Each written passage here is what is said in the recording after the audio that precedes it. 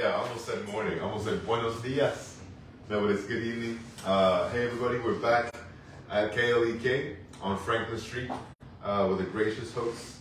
Thankful for them allowing us to be here. We're going to talk again about steps to financial freedom, because if there's one thing that you can't get enough of, it's good information over and over, because these steps are important to your financial freedom. And as you'll see throughout this slide on today's agenda, a few things that we're going to go over today.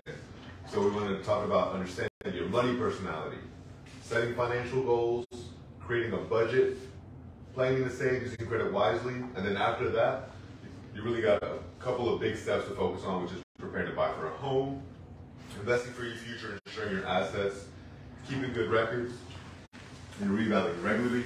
This part, the biggest 5 steps that you can use to free yourself from financial freedom. And then these 6 to 10 steps right here are the steps that you can use to build your financial freedom future.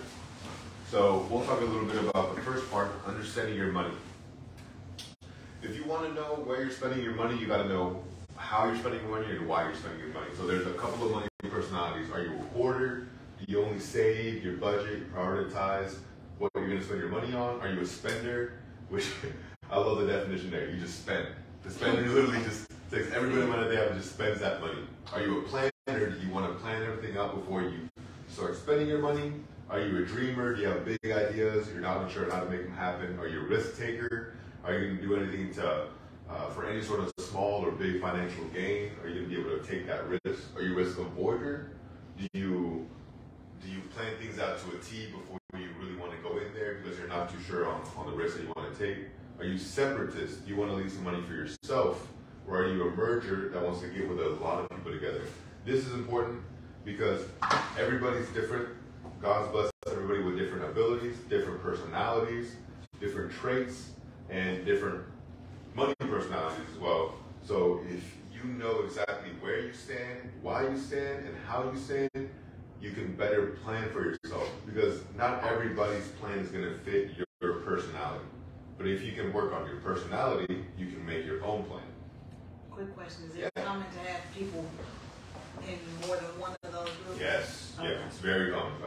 For example, I'm a dreamer and I'm a risk avoider. So I love to dream big and I'm a risk avoider. But you can see those things kind of go together, because I have big ideas. Sometimes I'm sure how to make them happen. So because of that, I avoid risk, because I don't want my money to leave me. I'm both of those and a little bit of a spender. And a little bit, you gotta have a little bit of spending on there, right? I blame Amazon. Go on. It's too easy.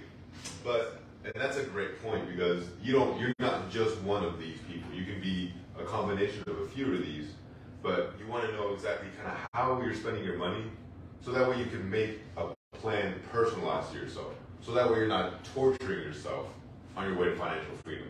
Financial freedom doesn't mean it has to be complete, hard all the time, make sure you count your pennies. It's just, what's something that's going to work for you that you're going to be happy with at the end of the day. So this is one way to determine your money personality. You want to list the products and the services that you enjoy spending your money on. What spending habits do you feel good about?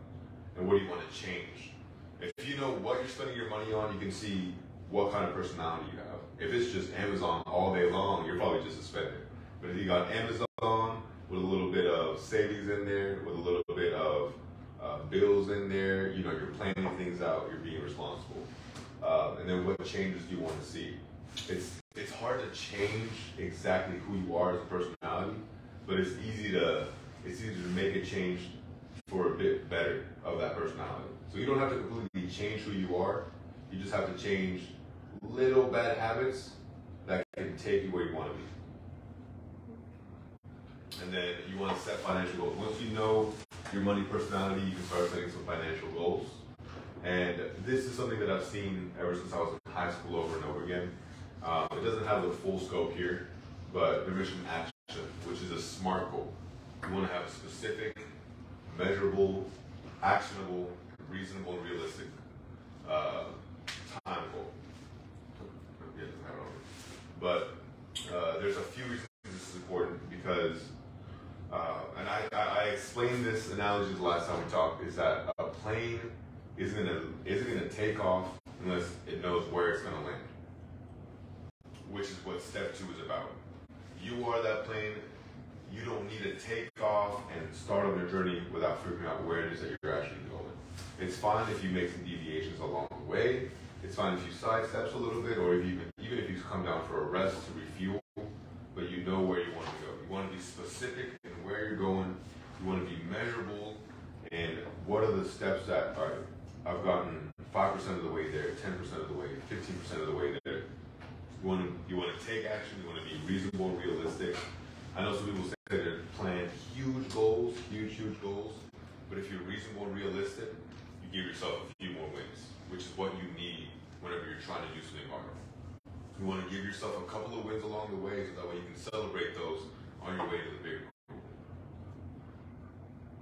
And then there's a few different types of financial goals. You got short, midterm, and long term.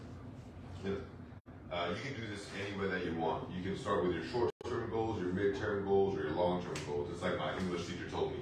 If you don't know how to start an essay, work on the rest of it, and then come back to the intro. Just because an essay is intro, paragraph, and ending, doesn't mean that you have to write it that way.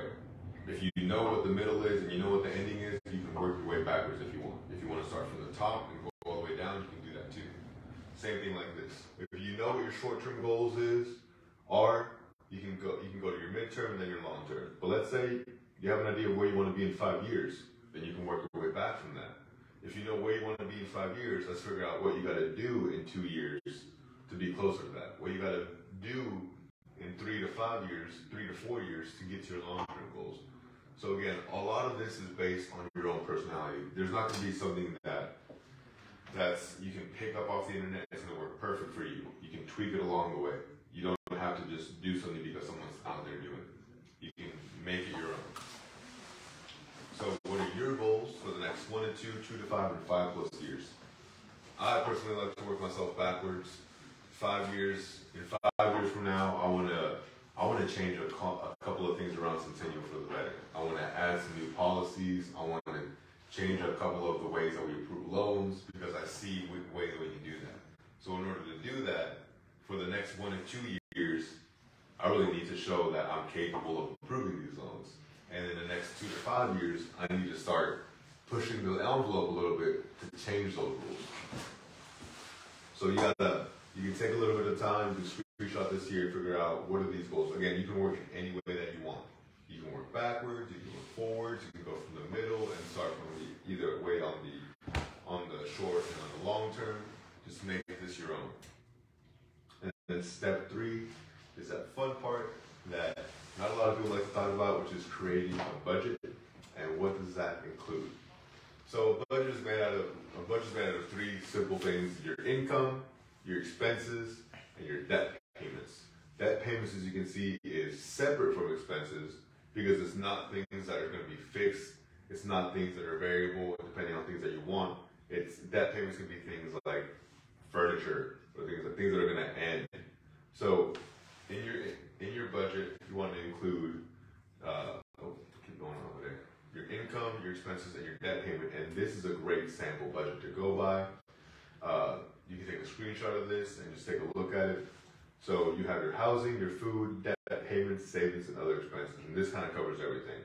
For your housing, this can be your rent, your mortgage payment, your utility, your gas, things related to your house. Even things like cleaning products, stuff of that nature, things that are going to be taken care of in your house. Your food, everybody's got to eat. And if you still come by today, we got a little bit of Chick-fil-A Cool Wraps too. That way you can save a little bit on this 18 to 23%. You got your debt payments, your credit cards, your installment loans, your auto loans, your furniture loans, your savings, and then you always want to save a little bit for other. And honestly, I'm going to go back. I want to highlight that. I want to say other expenses is my favorite thing to do because I know I'm spending money on my mortgage and my bills. I know I gotta cook dinner at the house to save money on eating out all the time. I know I gotta pay my credit card bill, and I know I need to put a little bit of money in my savings account. But other expenses is personally my favorite because those are just like the miscellaneous things that you can buy on a whim. It can be gifts for family and friends. It can be charity. It can be something that you just want to buy for yourself because you need to treat yourself from time to time. And that's why this is such a big range of 12 to 40%. Because depending on where you are here, you can budget as little as 12, as much as 40. Again, these aren't hard numbers. These can change and vary. And even if they don't fit within these lines, that doesn't mean that you're doing bad. It just means that your situation is a little bit different than this one right here. So this is just something that it's a recommended one to spend on. If you can save 7-10% of savings, this is really where financial freedom starts to kick in, because you can start to, the more you can do on this, the less this will go over time, and the more you can kind of put into these two smaller buckets over here. And I think this is a Shania Twain quote. It's not how much we earn in this life, it's how much we spend that keeps us from achieving our goals. Maybe the next one is. And to save. So this is focusing on that savings part of the budget. And then what some people have realized over the years, a great way to save money is to pay yourself first. So you are an important person, and you are the person that's working for that money. So you don't need to let it control you, but you control it. One way that you can do that is by paying yourself first. As soon as you get that paycheck, there's already things waiting in line to take that. Whether it be rent, whether it be mortgage, whether it be food or a credit card bill. And they're always going to be there, they're always going to be at the door. But you need to place yourself first, like you do in life, like you do in your personal, financial, emotional, all kinds of state. You got to place yourself first. So as soon as you get that paycheck, either have it automatically come out of your paycheck into a savings account, so that way you don't see it, or the first thing you do is take a little bit of money, whether it be $5, $10, $20, whatever it can be, and put that aside in the savings account. You want to pay yourself first, and then let everything else take its course. They're still going to be there at the end of the day. Those other people lined up waiting for your bills are going to be there no matter what, but you got to put yourself first. That's very important. You want to include it in your budget. You want to have a separate emergency savings and use sinking funds. Including your budget we talked about earlier, as much as you can. If it's 1%, 5%, 10%, any bit helps. You want to have a separate emergency savings. This is typically 6 to 10 months of, 3 to 6 months of all of your monthly expenses. And this honestly is needs to be in bold a little bit more, because people underestimate how much a separate emergency savings account gives you that financial freedom. If you have 3 to 6 months of monthly expenses saved up, there's this sort of relief that you feel from your shoulders that if something happens, you don't have to go back in debt. You don't have to ask anybody for money. You don't have to go around and figure out what you're going to do to pay this off, or what you got to do to avoid it. Because you have that 3 to 6 months there as a sort of safety net in case anything happens. You're able to pull from that emergency savings, so that way you don't fall back in the same situation that you're trying to get out of.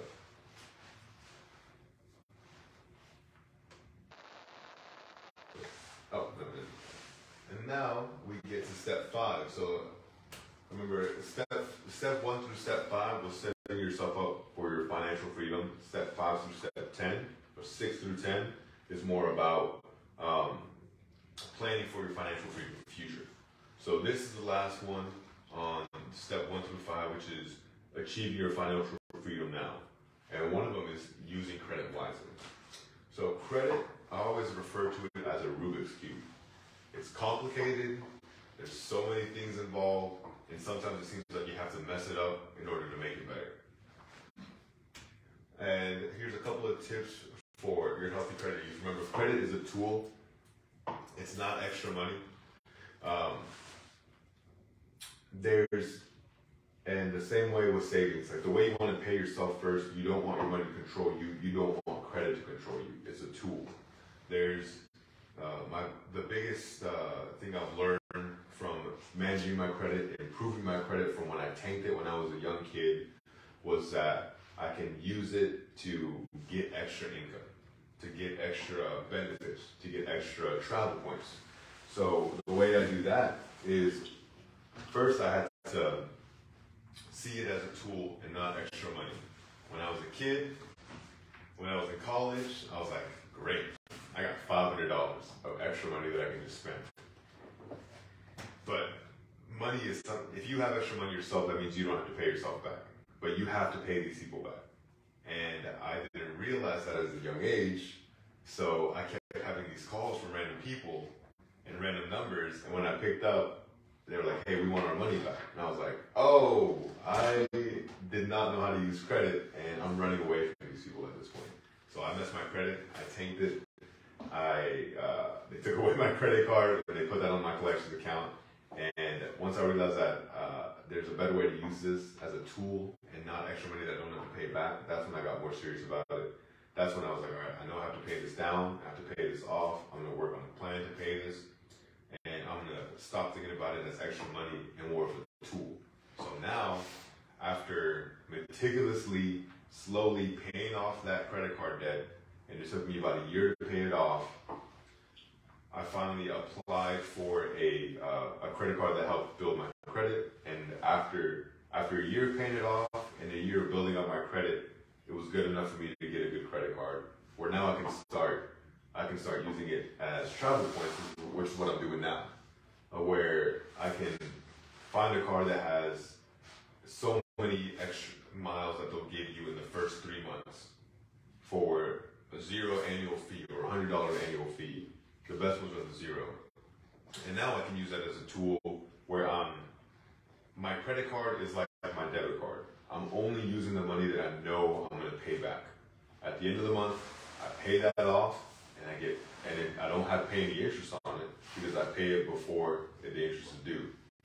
So I pay it off, so it's like a debit card. I knew the money was already going to be gone, so I have it set aside.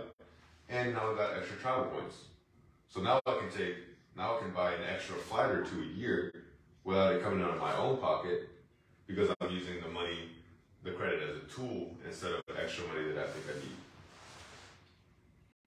I need. I said a lot about that one because that's a very important something to do. So know your strengths and weaknesses and plan accordingly.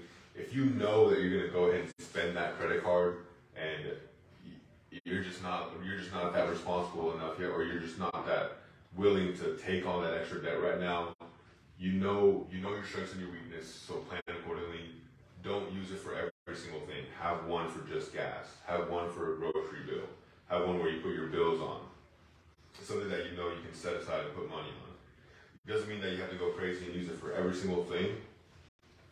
If you know you're a little bit weaker with your credit card, you can start slow and work up big. If you know you have a little bit more strength with your credit card, you can start big and get bigger. There's always room to grow no matter where you are. And you want to bulk up your emergency savings to avoid having to turn that credit to cover unexpected expenses. This is what I was talking about, how you don't have to go back into the same hole that you just dug yourself out of if you have that emergency savings. You want to keep your balances manageable and prioritize making payments on time. One big misconception is that you want to really pay your credit card the day it's due. Not necessarily before or after. If you pay your credit card balance the day it's due, you're not going to pay any interest on it, but you also gave that company a chance to report the fact of how much your credit you used that month. And then when they pull it again in the middle of the month, they'll see how you paid that off down so much. So you want to be able to make sure you can manage that balance and pay off that balance. You're setting aside money aside to pay that balance off. And keep an eye on your credit report for errors. Again, like we talked about the last time I was here, because of COVID, one thing that's changed is that you can check your credit report every week for free without it damaging your credit. You won't be able to see your scores, but you'll be able to see your history, inquiries, if anyone's trying to take your credit, or if there's certain things that you think may need to be paid off, or accounts that you want to manage. You can do that every week for free on annualcreditreport.com.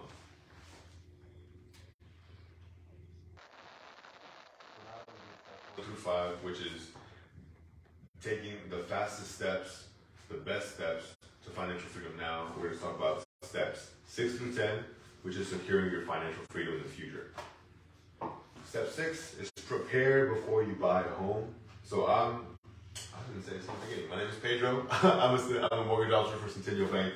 And what I do is I help people prepare to buy a home, and I help people buy a home. And the biggest thing that I see whenever people are coming in, they want to know how much they can afford. But also, a lot of the times people realize that they had stuff to do that they didn't take care of a year ago that would have put them in a better position now. So besides how much you can afford, just because you're approved for a certain amount doesn't mean you can afford it. A lot of people are going to be approved for more than what they're willing, more than what they need, which is good because that way you know you have a range, but it doesn't mean you have to use all of it. You want to prepare for your down payment, closing costs, and other upfront expenses. Down payment is pretty synonymous around everyone. A lot of people know about down payment, but not a lot of people know about closing costs associated with the house. When you buy a home, there's programs that have anywhere from 0 to 5% of a down payment of the purchase price of the house. But what's not as advertised is that there's also closing costs when you buy a house, which are going to be anywhere from $3,000 to $10,000 depending on the purchase price of the house. And your other upfront expenses are going to be things like an appraisal, an inspection on the house to make sure everything's running smooth. Maybe you want to check the air conditioner, maybe you want to check the furnace, maybe you want to check the plumbing. All those people are going to require payment. And these are just a couple of general qualifying ratios that lenders use to determine how much money of your income can go towards all of the debts that you have. The biggest thing that I want to stress on this slide is that whenever you buy a home, it's not like buying a car. A lot of car dealerships will let you walk out with whatever you want, depending, as long as you have the money right there to give it to them. With a house, we have to take everything into consideration. Your credit card debts, your car loans, your student loans, your furniture installment payments, and your future monthly house payment. We have to use all out of every single loan out there that you have available, including your future house payment. We can't go, this says 36, usually 45 or 50%. 45% is a good rule of thumb. If you take, for easy numbers, let's say $1,000 a month. If you're making $1,000 a month, the max amount of money, 45% of that is $450. So that means all your credit cards, car, student loan, and future house payment can't be above that $450. So you can slide that up on a pedal. Like let's say you get paid $3,000 a month. If you get paid $3,000 a month, 45% of that is $1,400. Willie, I'm gonna check my math real quick. I'm not good with math. $1,350. It's $1,350. We're close. We're close. So 45% of $3,000, $1,350. That means in that $1,350, you need to fit your credit card, your car, and your house payment, all in that. We can't go above that because that's what they, thanks to 2008, because they don't let us go above that anymore. So the biggest thing when you want to prepare to buy a home is make sure you can pay down your debt so you can afford the house that you like. And then, again, steps 6 and 10 are for your future, especially step 7 is invest for your future. Once you've built up to steps 1 through 5 and you've been able to achieve a personal sense of financial freedom, you can start working on your own future financial freedom goals, which is investing for your future. Could be stocks, could be bonds, could be mutual funds, a retirement plan, or IRAs and 401ks. Personally, my favorite way of investing for my future is my retirement plan that I have through my work, because I automatically sign up for it and it automatically takes money out of my account. If you don't have a retirement plan at work available to you, you can still get a retirement plan, just not through your work, just online. There's plenty of retirements that you can look up. Personally, I look up IRAs and 401ks. Those two are the most popular ones. And what a retirement plan is really all 3 of these in one account. And you can spread your money across all of those things so that way you're protected. That way you're not 100% in on Tesla or 100% in on Facebook or 100% in on the Disney stock. But instead you're in this pool where it's that one group has 20 other stocks in it. So that way if one of them goes down, the other one goes up. That way you're kind of balanced out. And you can't touch that money until you're about to retire, or else you'll pay penalties on it. So it kind of forces you to leave that money and keep it in there. This is honestly an underrated step, because even though you have to pay for insurance, it when you need it to kick in. If you don't have insurance on your car and you get in a wreck, there's nothing you can do to buy a new car. But if you file a claim with your insurance, they can help take care of that car and even pay off your new car. That just happened to my buddy a week and a half ago, actually. He got in a wreck, unfortunately, but they both had insurance. So it paid off the truck that he had, and it was able to pay off a car that he got. He got a little bit of a cheaper car next time. It was able to pay off that car that he got, and now he went from having a truck that was a big car payment to having a car that has no payment at all. And that was a big step for his financial freedom, because that just freed up $400 a month for him that he didn't have to do. Renters and homeowners insurance. Renters insurance is very underrated. It's very cheap. It can be as cheap as $8 to $10 a month, and it covers theft, it covers damage, it covers flood, it covers all kinds of things. Same things with homeowners. Health, dental, and vision, life and disability, and long-term care. These three things are things that especially young people don't think too much about, because we believe that we're Superman and we can, do everything and bounce back a lot of the times. But when one of those things stops you, it really takes a toll on your financial health as well as your emotional health as well. So if you have something that can cover that, then if that thing does come, you'll be covered. Step 9 is you want to keep good records. Whether it be a paper file, whether it be a digital file, you want to keep it simple, you want to keep it secure.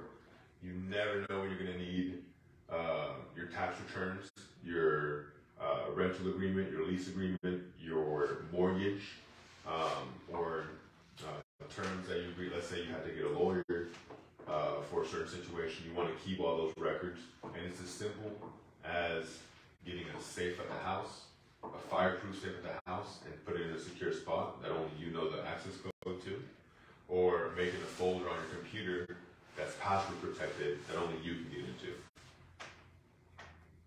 And step 10 is also a very important step, which is reevaluate regularly. Quarterly, you want to review your budget. You want to review your savings contributions. That's the one thing that people think about financial freedom. They think that it has to be an everyday thing, but it's really something that you just set in place, and you just kind of review it from time to time, depending on what it is. Like your budget, the best thing about a budget is the best time to review budget is quarterly, because you can see 4 different times a year how you're going along in your journey.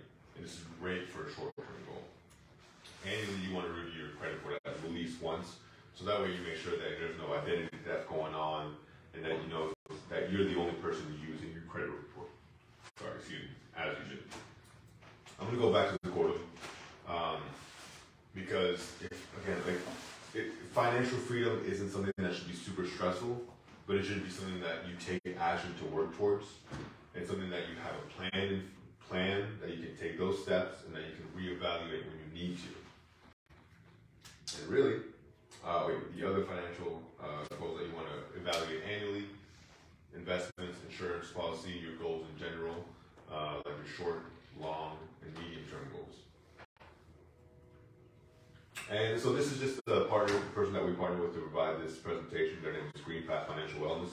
You can always reach out to them, visit their website. They have a lot of good workbooks and tools and presentations like this. And they also have credit counseling that you can call and get a free consult with them.